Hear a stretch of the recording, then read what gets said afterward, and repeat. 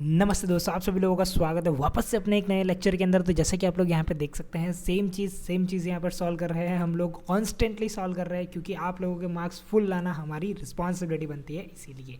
अब यानी कि यहाँ पर आप लोग देख सकते हैं कि ये जो है ये हमारा है सेम सेक्शन एफ के अंदर। यहाँ पर आज का जो पेपर होगा वो कौन सा होगा?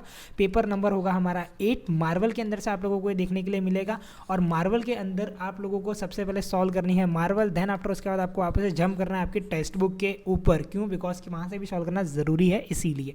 अब ये जो है ये हमारा होगा क्वेश्चन नंबर 47, जिसके अंदर यानी कि यहाँ पर हम लोगों को क्वेश्चन के अंदर इन्फॉर्मेशन दे के रखी गई होगी फाइनल अकाउंट के रिलेटेड।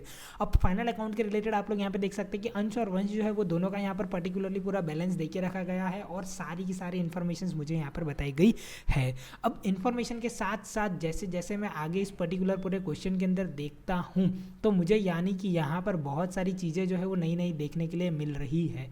अब यानी कि यहाँ पर नई नई चीज़ों की अगर मैं बात करूं आप लोगों को, तो ये जो क्वेश्चन है ये हमने इससे पहले वाले लेक्चर के अंदर जो क्वेश्चन सॉल्व करा ये एज इट इज़ क्वेश्चन है। मतलब कि आपको जैसा वहां पर आप लोगों ने सॉल्व करा है ये सेम क्वेश्चन यहाँ पर वापस से इन लोगों ने आप लोगों को दिया हुआ है। बट कुछ छोटी मोटी चेंजेस यहाँ पर इन लोगों ने कर दी है। छोटी मोटी चेंजेस कौन सी करी है वो चीज़ मैं आपको बताता हूँ। एडजस्टमेंट सारी की सारी सेम है। यहाँ पर अंश ने विड्रॉ करे हैं 4000 रुपीज़ के गुड्स, वो हम लोगों ने एंट्री नहीं करी है, तो आप लोगों को सबसे पहले वो एंट्री करनी रहेगी आपके ट्रेडिंग अकाउंट के अंदर। और यहाँ पे लिखा हुआ है गुड्स ऑफ रुपीज़ 8000 जो है वो परचेज करा है क्रेडिट के ऊपर, उसकी एंट्री नहीं करी गई है। ईयर एंड हो गया तब तक।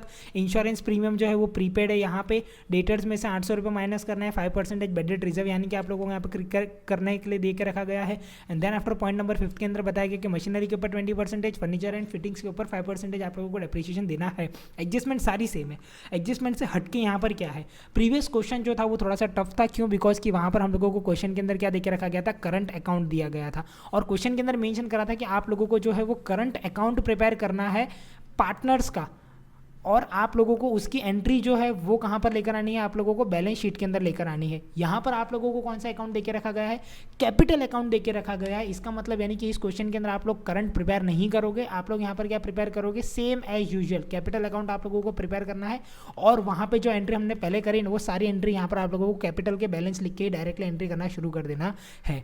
दूसरी चीज़ यहाँ पर आप लोगों को जो चेंजेस के अंदर देके रखी गई है, उस क्वेश्चन के अंदर वहाँ पर एक एडजस्टमेंट था। डेटर्स के ऊपर अब कोई भी डिस्काउंट रिजर्व की जरूरत नहीं है और वो 760 रुपीज़ के थे। यहाँ पर इन लोगों ने क्या लिखा है, देखो डिस्काउंट रिजर्व बना के दिया है। और डिस्काउंट रिजर्व कौन सी साइड लिखा है, क्रेडिट साइड लिखा है 760 रुपीज़। तो ये आप लोगों को कहाँ पर एंट्री करनी है, इसकी same entry profit and loss account में आप लोगों को कौन सी साइड एंट्री कर देने की, इसकी क्रेडिट साइड पर इसकी एंट्री आप लोगों को वहाँ पे प्रॉफिट एंड लॉस अकाउंट के अंदर कर देने की। बाकी और कोई पूरे क्वेश्चन के अंदर चेंज नहीं है, एज इट इज क्वेश्चन है। देखो सारी अमाउंट भी आप लोगों को सेम देखने के लिए मिलेगी। ट्रेडिंग अकाउंट जो है 61800 का देके रखा गया है। लैंड बिल्डिंग जो है वो 1,80,000 रुपये के देखे गए हैं यहाँ पर। और इवन यहाँ से एक और चीज़ उन लोगों ने जो रिमूव कर दी है वो है आपका लीज होल्ड बिल्डिंग जो था वो। तो आप लोगों का प्रीवियस क्वेश्चन के अंदर जो था वो एक लीज होल्ड प्रॉपर्टी वहाँ पे दिया हुआ था। वो क्वेश्चन जो था वो रियली में सीखना ऐसा क्वेश्चन था। तो यानी कि यहाँ पर जो है वो लैंड एंड बिल्डिंग देके रखी गई है। बाकी पूरा क्वेश्चन जो है वो एज इट इज सेम है, इसके अंदर कोई चेंजेस नहीं आएगी। पूरे क्वेश्चन के अंदर आप लोगों ने जैसे सॉल्व करा है ना उस तरीके की वो सारी वैल्यूज जो लिखी है ना वो सारी वैल्यू यहाँ पर भी कॉपी पेस्ट कर दो। बस कुछ चीज़ों का ध्यान रखना, जैसे कि लीज होल्ड प्रॉपर्टी जो थी उस चीज़ के ऊपर से वहाँ पर क्या होगा, मैंने जो पर्टिकुलरली वहाँ पर रिटर्न ऑफ किया था वो आप लोगों को अब नहीं करना है। डेप्रीशिएशन सिर्फ और सिर्फ मशीन और फर्नीचर के ऊपर ही दिया जाएगा। लैंड एंड बिल्डिंग जो है वो टोटली डायरेक्टली आपको बाहर लिख देनी है अंदर की साइड पर, और कोई एंट्री वहाँ पर आप लोगों को नहीं करनी रहेगी। तो ये जो क्वेश्चन है it is a same question, but यहाँ पर कुछ थोड़ा सा मॉडिफिकेशन कर दिया है, जिसकी वजह से क्या है पूरा क्वेश्चन जो है वो चेंज हो चुका है। यहाँ पे चेंज मतलब कि अमाउंट सेम, सारी चीज़ सेम, कुछ चेंजेस नहीं है।